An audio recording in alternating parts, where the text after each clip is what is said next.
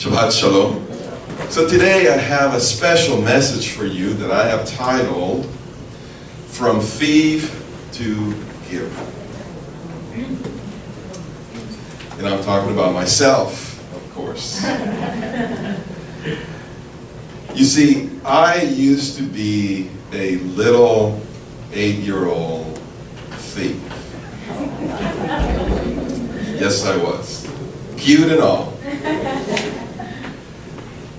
I used to go to the grocery store. This is the time where my children are going to cover their ears. They're not going to hear what I'm going to say. Because they don't know this story. So I used to go to the grocery store, and growing up with my aunt, she used to send me to the store to buy for my little cousin. She used to send me to buy the Gerber baby food, right? Remember the thick glass, about this size. Well, I figured that I could hide those very well on my baggy pants. Remember baggy pants back in the 70s and the early 80s? Well, I had those.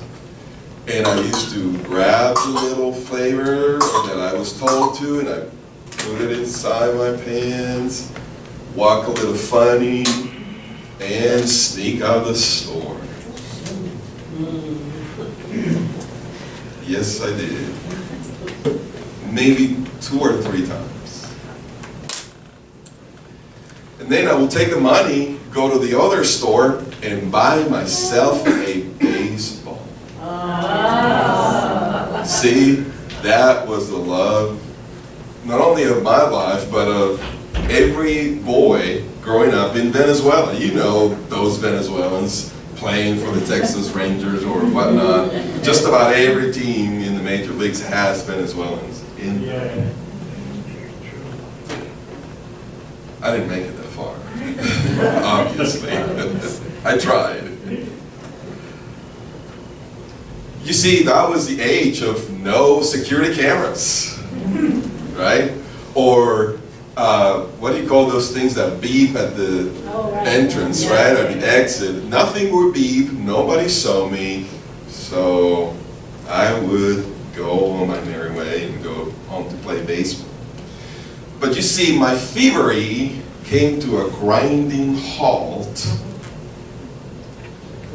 when my little cousin, 2 years younger than me, took from my aunt what was the equivalent of 1 whole month salary. So imagine your monthly check. Imagine a 6-year-old taking all of that money in cash and going to the store, same store where I would buy my baseballs, and buying all kinds of dolls and candies and more dolls and some more candy. How can you hide all of this? She brought it right home. And my aunt realized what had happened. That was the spanking that was heard around the world.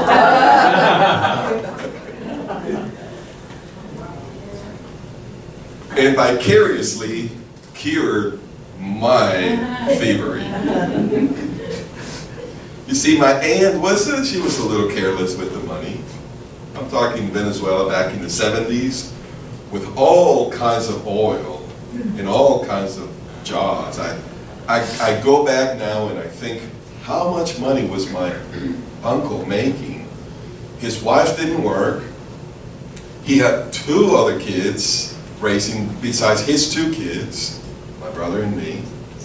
And then they brought in 2, not 1, but 2 young girls to help with the kids and the household chores, and all of this on 1 salary.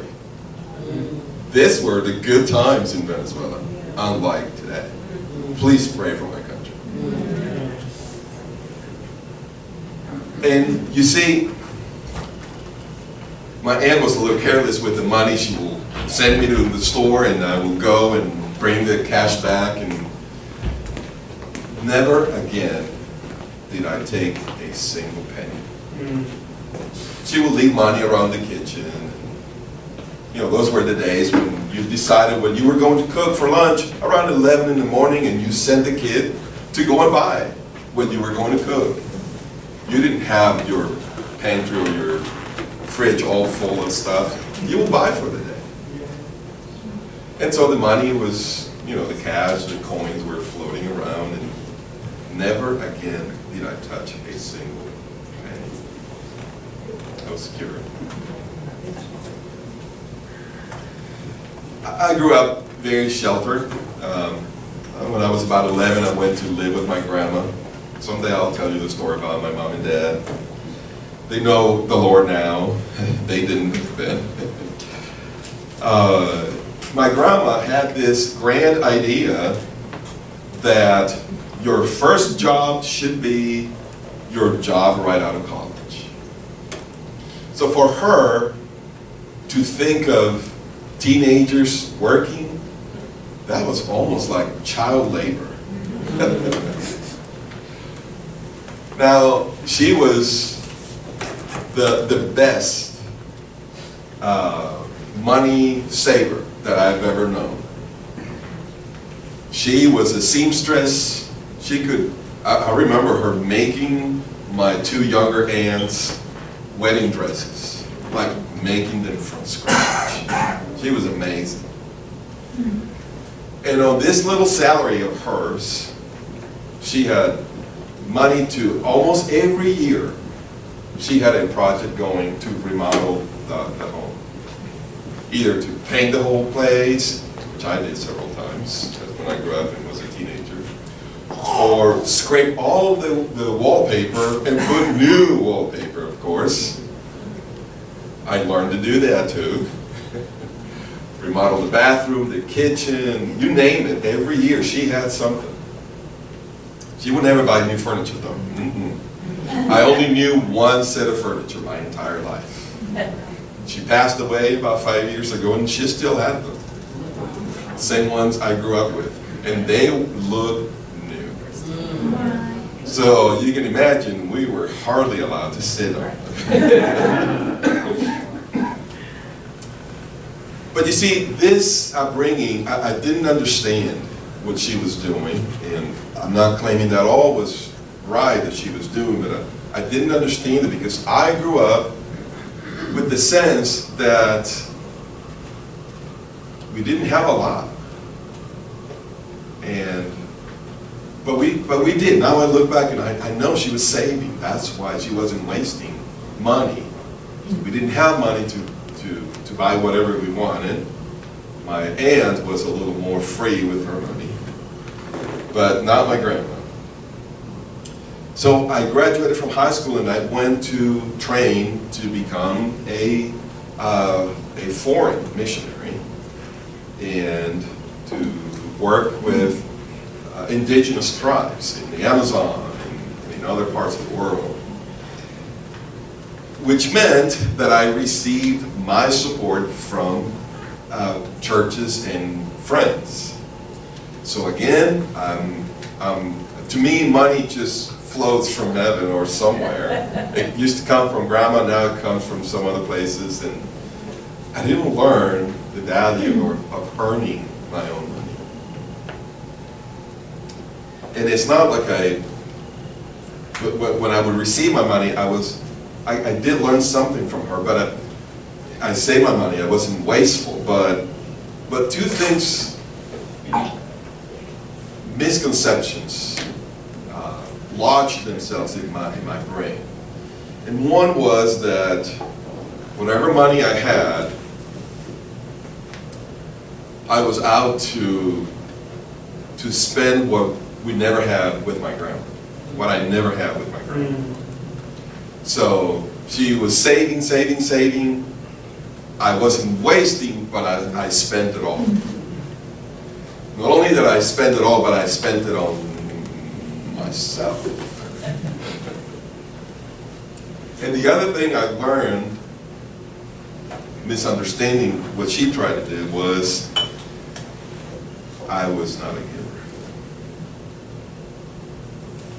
Sure, I could give you the shirt off my back. I loved my friends. I had great friends, good friends. They could have anything I had. But give cash, give money, that was like, no. So I figured that since I was a missionary, or preparing to be a missionary, that, I didn't have to give. I didn't have to tithe. I didn't have to share my money with others. I was on the receiving end. You see, I never knew that even the priests were supposed to tithe. They receive the tithes and they give tithe. I didn't know that little piece. I thought that as serving the Lord, that it was all for my needs. More importantly, though, I never knew my father as a giver. I never knew the Lord as a giver. To me, he was like my grandma. He will give you just enough, because things were tight, and he had projects, and he had so many missionaries to support, and so all you got was just what you needed.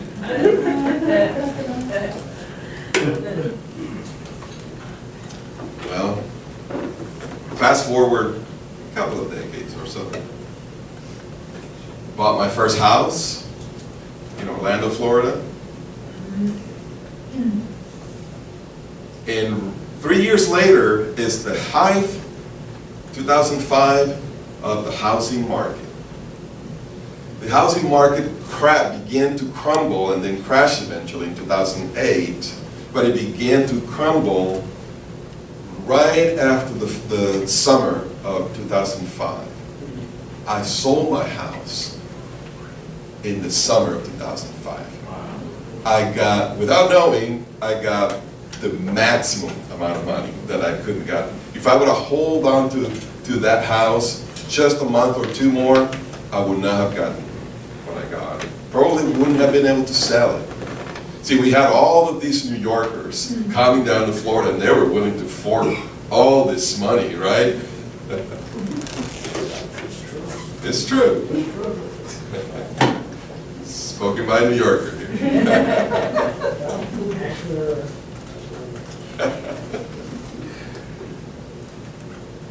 And so I sold my house.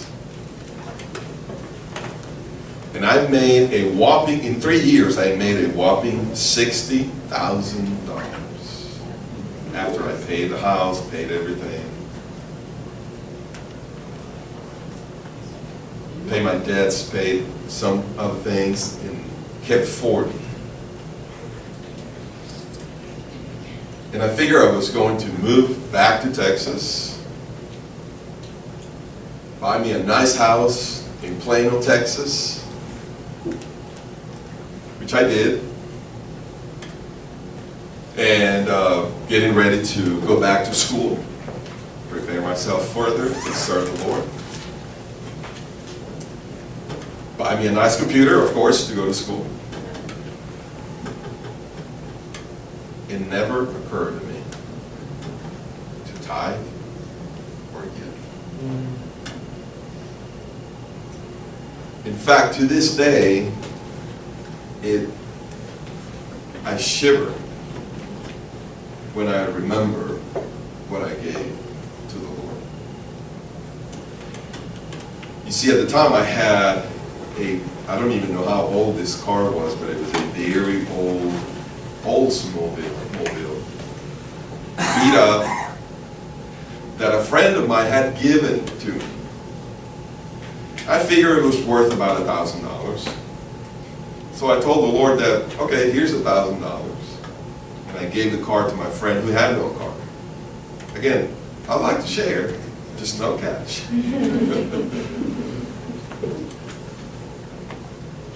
That's all I get.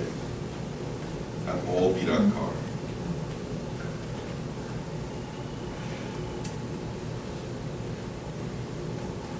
Now, we learned last week, and I'm going to remind us a little bit of some of the verses that we saw last week.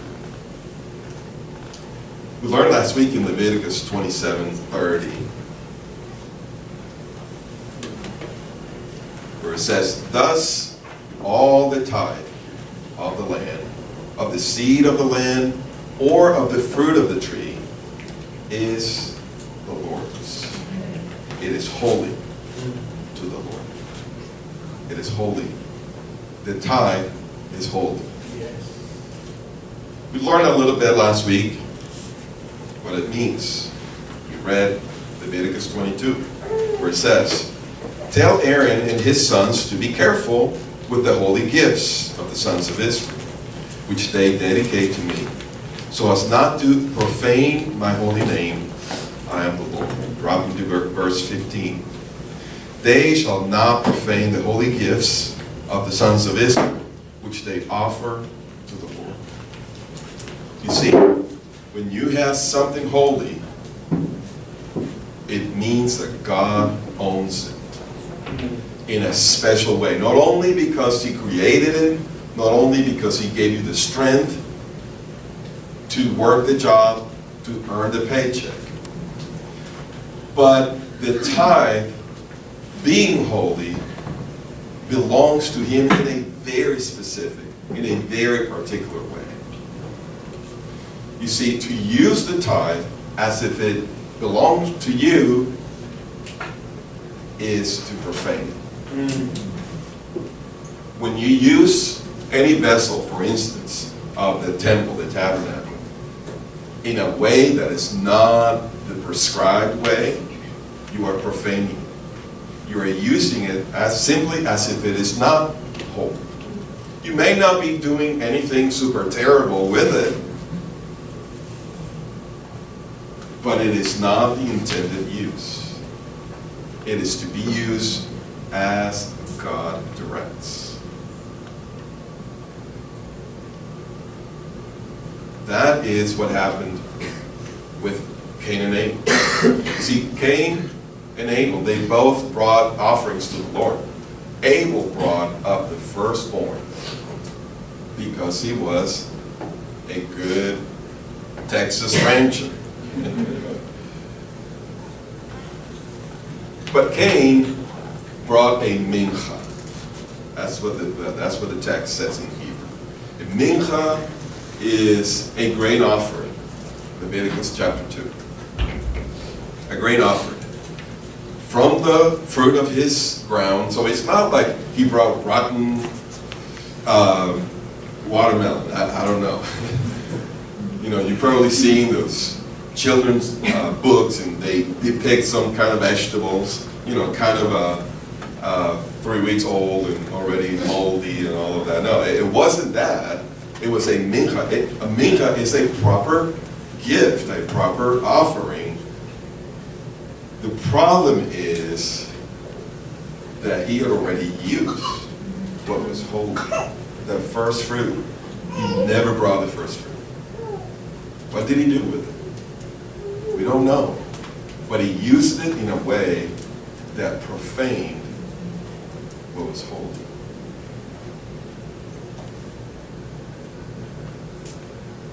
You see, that is exactly what I did.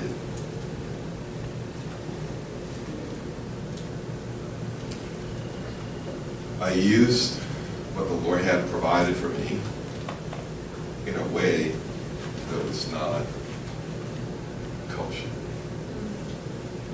That was not intended to be. I didn't give it back to Him.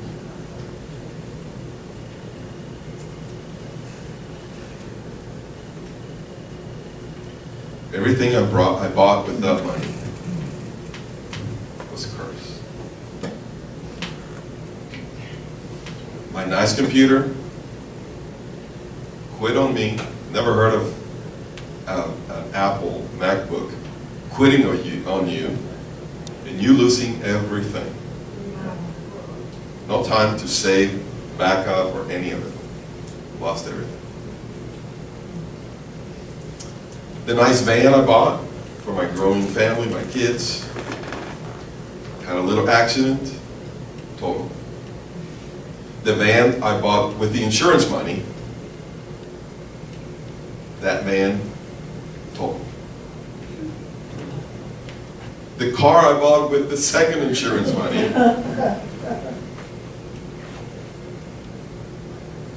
the engine died.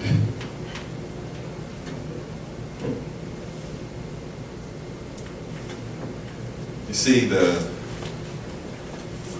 nice house in Clayton, I lost. It was foreclosed.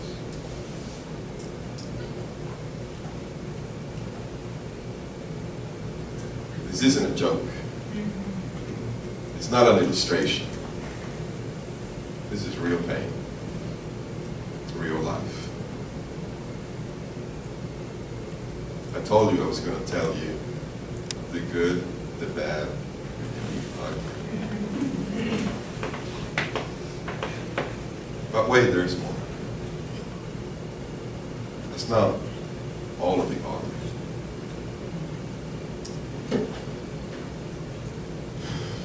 You see, not directly, but influenced by all of this, I actually lost my marriage.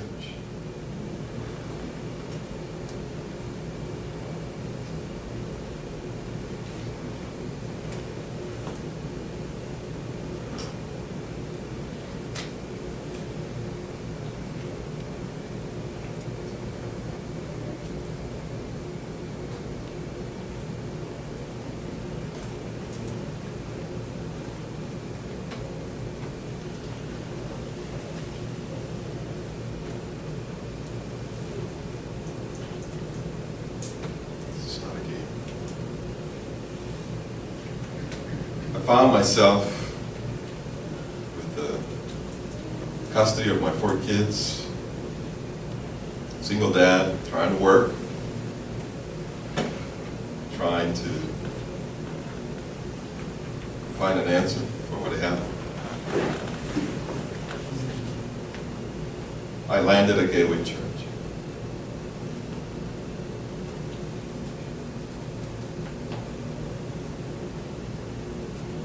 Found healing,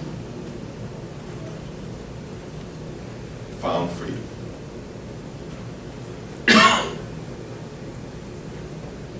I was sure I was never going to stand before anybody.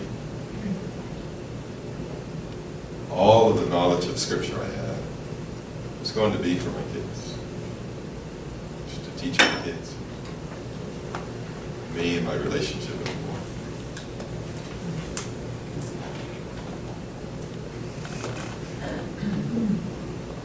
But slowly, the Lord began to rebuild my life through healing and freedom.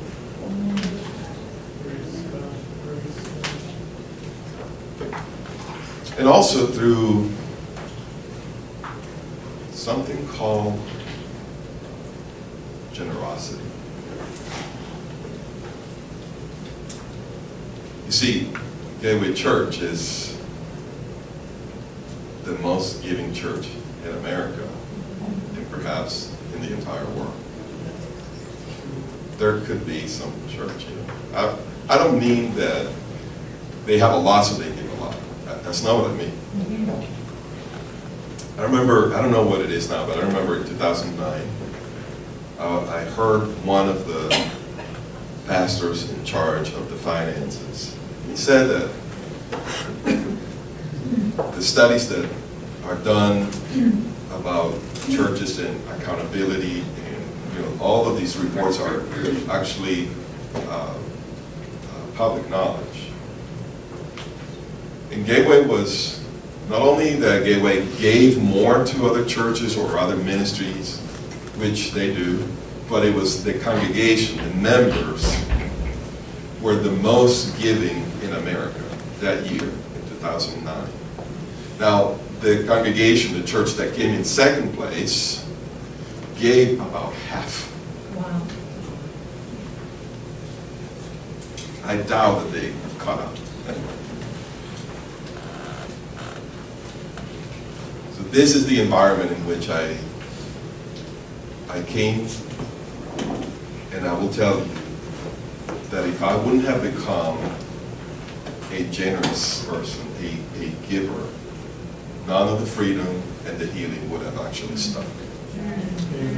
Because this was the test that I really was going to follow the Lord.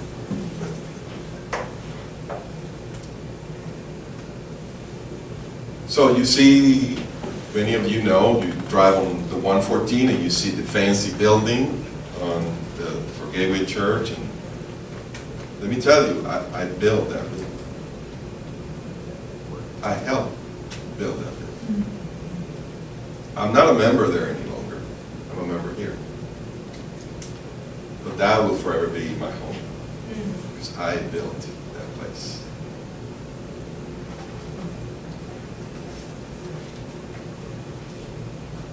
Very soon after I arrived there in 2008, the old building, with the plans of building,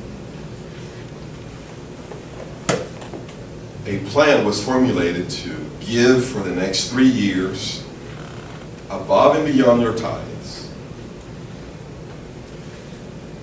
And you were supposed to hear God as to how much He was leading you to. You didn't have to, number one. You didn't have to promise to give anything. What you promised to give was going to be only what the Lord showed you.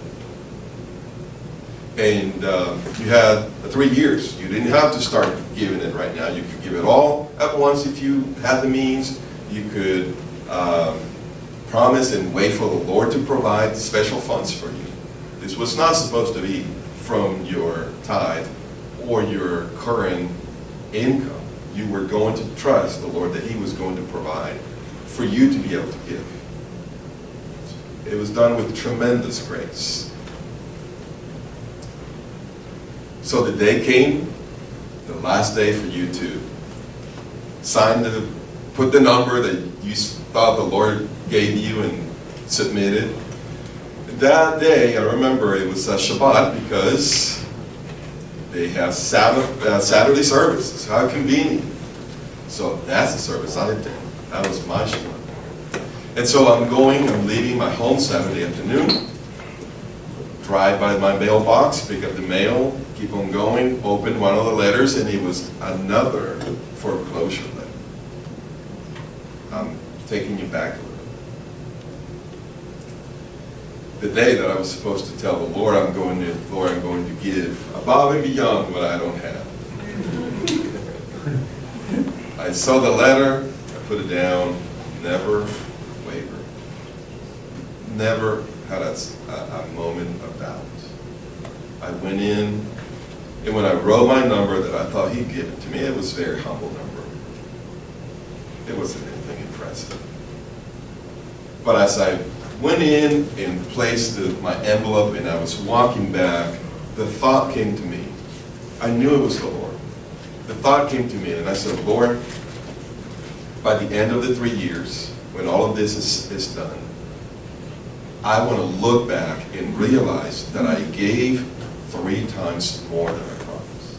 I don't know why 3. I don't know where the thought wasn't in me. It wasn't. He put that thought in my heart, in my mind.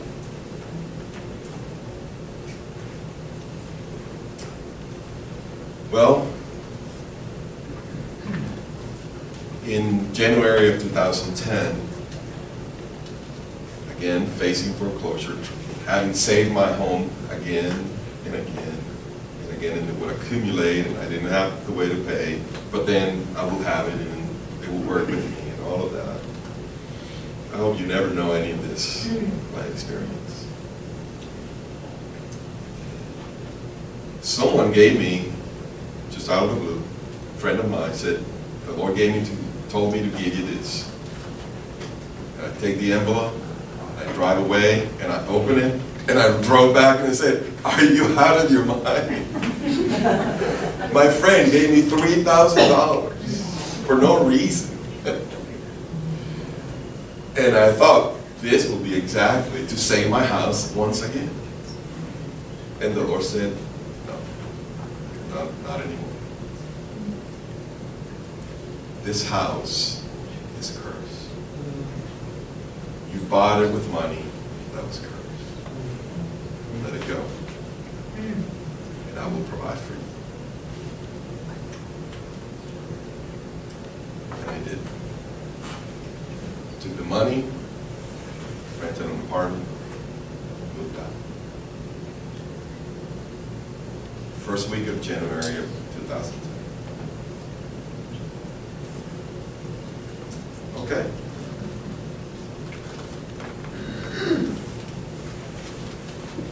In August of 2010, I married the best woman I have ever met.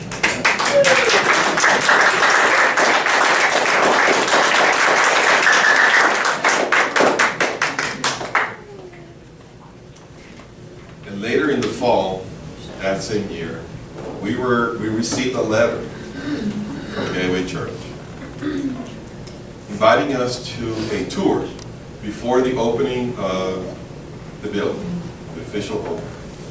We received a letter inviting us to a tour with Pastor Robert. I thought, hey, I'm sure he's taking turns, to take everybody and give them a, I don't know why I thought that. It was like 20,000 people at the time. But I didn't know why this letter. And so we went, and I sat next to a guy that I didn't recognize at the beginning. And then when he mentioned his name, I was like, I know him. Vernon Wells, left fielder, Toronto Blue Jays, had just signed a contract for $126 million. And I'm sitting next to Vernon Wells. Awesome dude. From Arlington. Originally from Arlington. Grew up here. Great, generous man. Supports all kinds of ministries. You'll never know it. So we go on the tour and we got to see all the guts, all the insides, and everything before anybody did. And I go home and there were about 100 people there. Out of 20,000, that's just a few people. It dawned on me that this tour was for those who had given the most. Remember my little prayer? Friends, I don't know how much I gave. I didn't keep track. It was way beyond 3 times what I promised. Wow. But before you think, well, did he win the lottery? What happened then? Well, a year before we got married, Michelle became a widow. And when we got married, then I came to administer and to steward her finances. No prenups, just faith in God.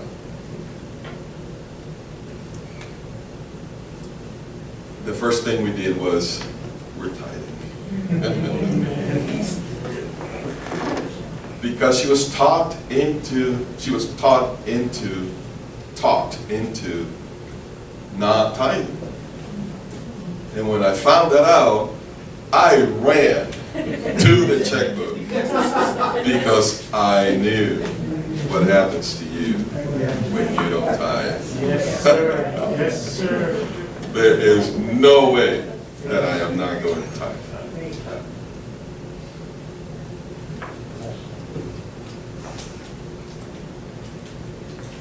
And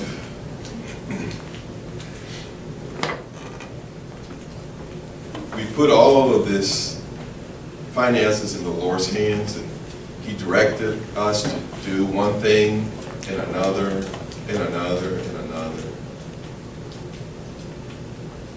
We used it for His glory. In every way that He directed us, we used it for His glory.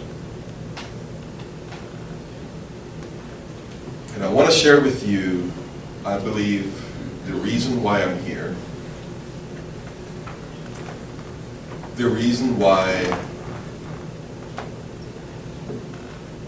the Lord has placed me to lead a Messianic congregation. And not just any Messianic congregation, but a Messianic congregation with the worship that we have. Yes. With the vision that we have. With the fellowship that we have. With the elders that we have. You have no idea how easy our elders' meetings are. We just sit down and start talking, and we just go right through business. We make decisions. We're friends. We have unity. We have one vision. For a Messianic congregation, that is huge. That you actually have shalom. Wow, what a thought.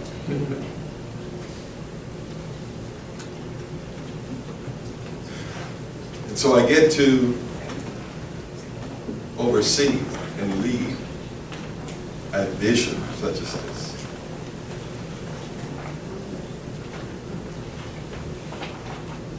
But I'll tell you what. The Lord led us to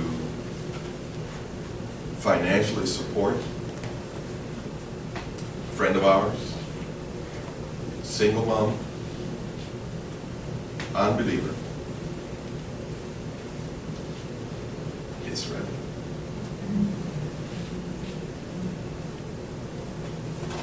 Friends, no stock market will give you a greater return. Amen. Amen. Yes, sir. Not in money. We've seen ourselves praying for the rent to come. We were in Pittsburgh by faith. Sold our car, used the money we had, and we had to wait for a provision of the Lord because there was no check from the Father. We know what it is to live with much, and we know what it is to pray for the next Yes, sir. months. Hallelujah. Amen. So I'm not telling you that if you give, you're going to get. Come on. Teach. Teach. But I'm saying to you that if you give, Yes. you're going to get blessed. Amen. Amen. That's You're true. going to be blessed. Yes, sir. Yes, sir. I believe, and Michelle and I believe, that the reason we're blessed is because not only we gave, but we gave to Israel. Give to Israel. Yes, sir. And so I've gone from a little thief to being a giver.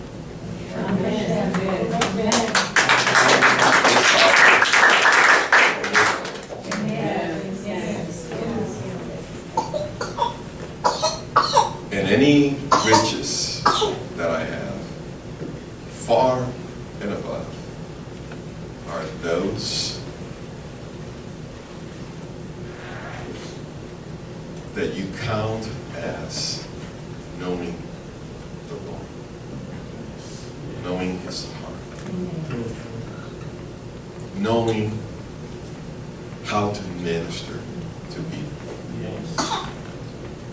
Last night, counseling a young man that we counseled back in Pittsburgh when we were there, 2013,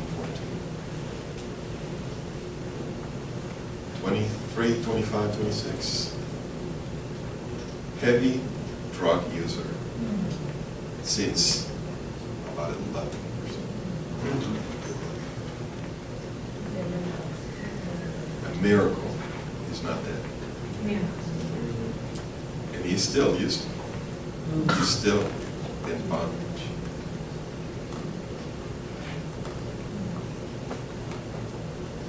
But you see, through freedom and healing, I know how to minister to people. Yes. And it was amazing how the conversation changed last night. And you could hear hope. He knows the Lord. His parents, his grandparents. His grandparents are elders in the church.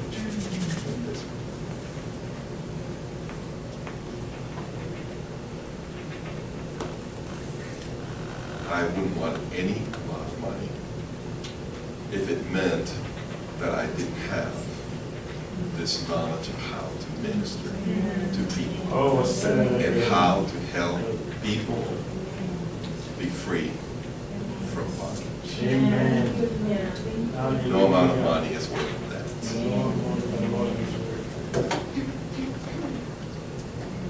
So I ask you today,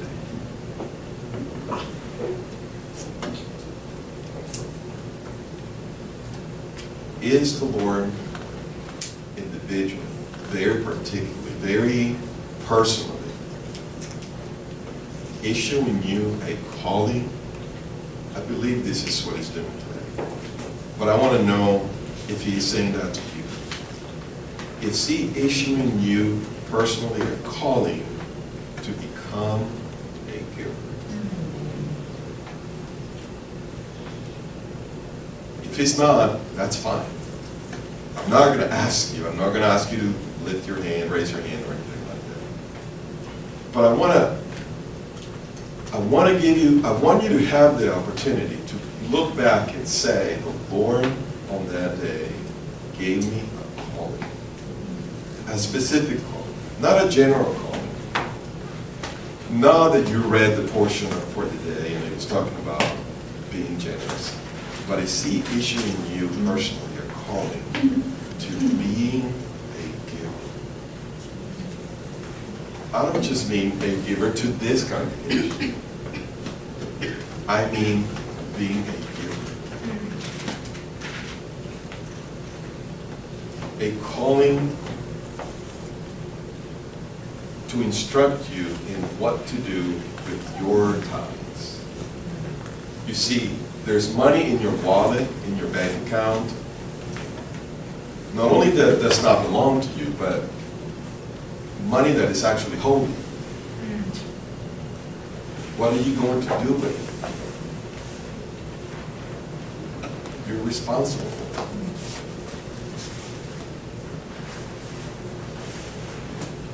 So we see issuing you today a calling to becoming a giver.